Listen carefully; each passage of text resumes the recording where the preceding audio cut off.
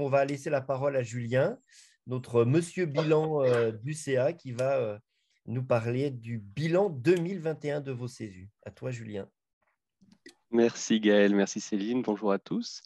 Donc, bon, c'est traditionnellement qu'on va pouvoir démarrer la session avec le regard sur l'année passée.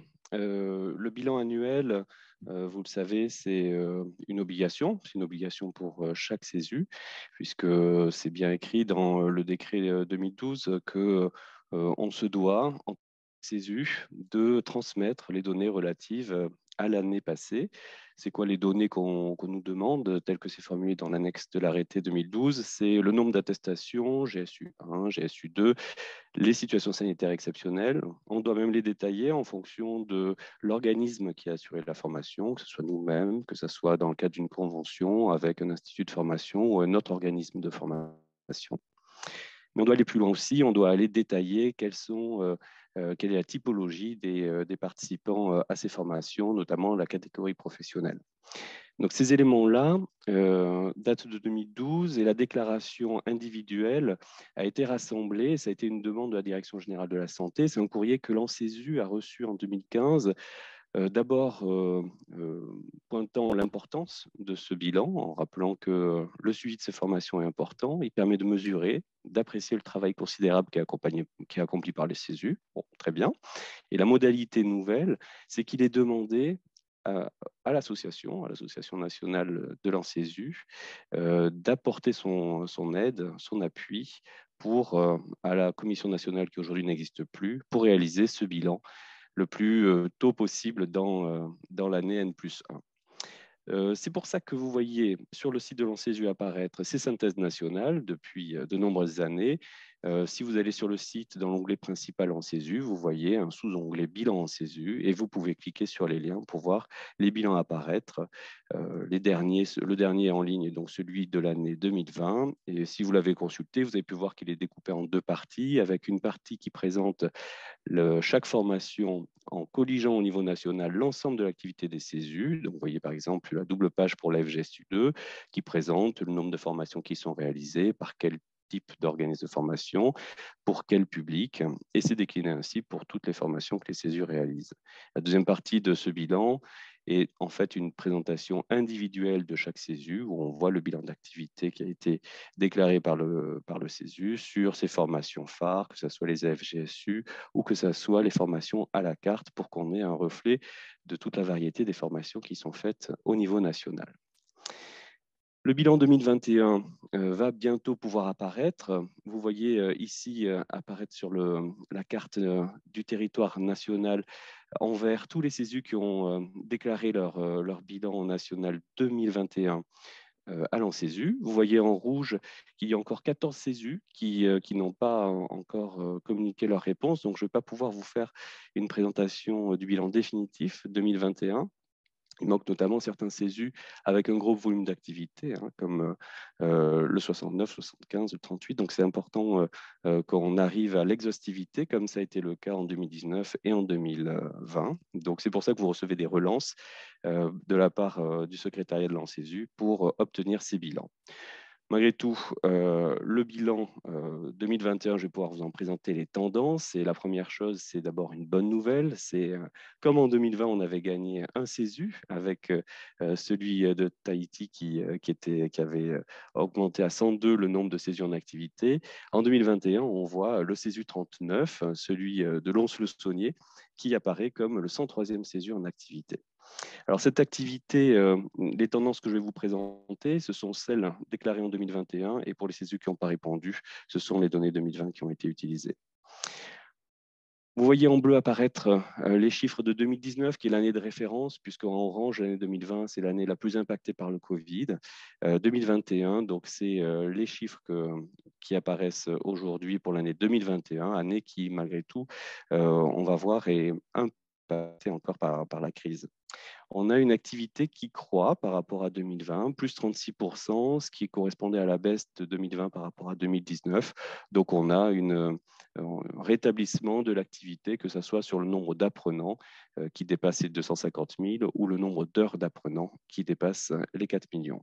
On n'est pas tout à fait à l'activité 2019, mais j'attends quand même les derniers bilans pour voir si finalement on ne revient pas exactement au rythme de 2019. Si on regarde un petit peu plus en détail, et ce sont vraiment des données très générales, vous pourrez lire le détail lorsqu'il sera publié, mais on voit que sur la FGSU 1, on a une reprise d'activité à plus 60% par rapport à l'année précédente, à l'année 2020, sans atteindre le chiffre de l'année 2019.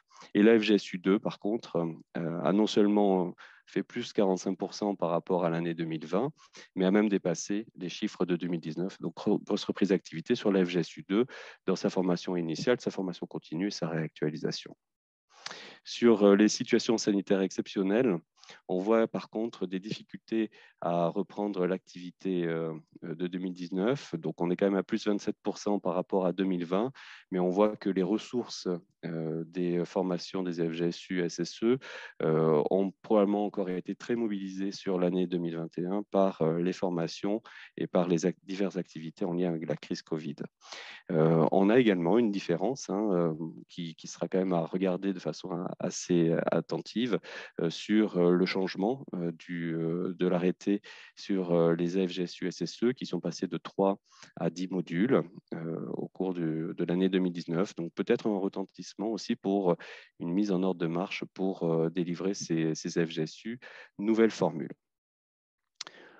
On pourra avoir des choses plus précises une fois qu'on aura l'ensemble des résultats. Donc, ce bilan national des CESU 2021 devrait être publié, doit être publié puisqu'on fait patienter le ministère. De façon, je pense, dans les 3-4 semaines à venir, vous aurez le bilan définitif. Vous y verrez figurer, comme les autres années, le nombre, l'activité globale au niveau national, mais également pour chaque CESU, avec la répartition.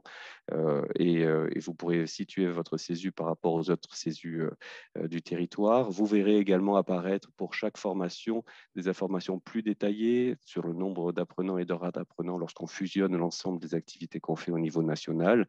Et vous verrez aussi apparaître pour l'ensemble des formations, et notamment pour certaines, les formations réglementées, où est-ce qu'elles sont délivrées, sur quel territoire, par quel CESU, avec quelle répartition géographique. Donc ces éléments-là sont très attendus par vous, par nous, par le ministère.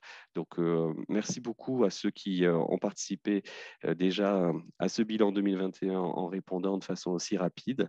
Et on encourage les derniers à nous transmettre leur bilan pour qu'on puisse avoir les derniers résultats.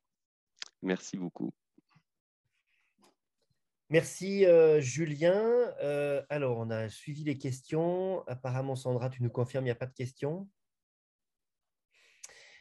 Juste encore, je réinsiste sur le fait que vous voyez qu'on arrive à avoir l'exhaustivité depuis 2 ans sur la totalité des CESU, avec un gros travail de Julien que je remercie, et de Céline qui est au secrétariat de l'ANCESU et qui travaille aussi énormément avec Julien sur la récupération de ces bilans.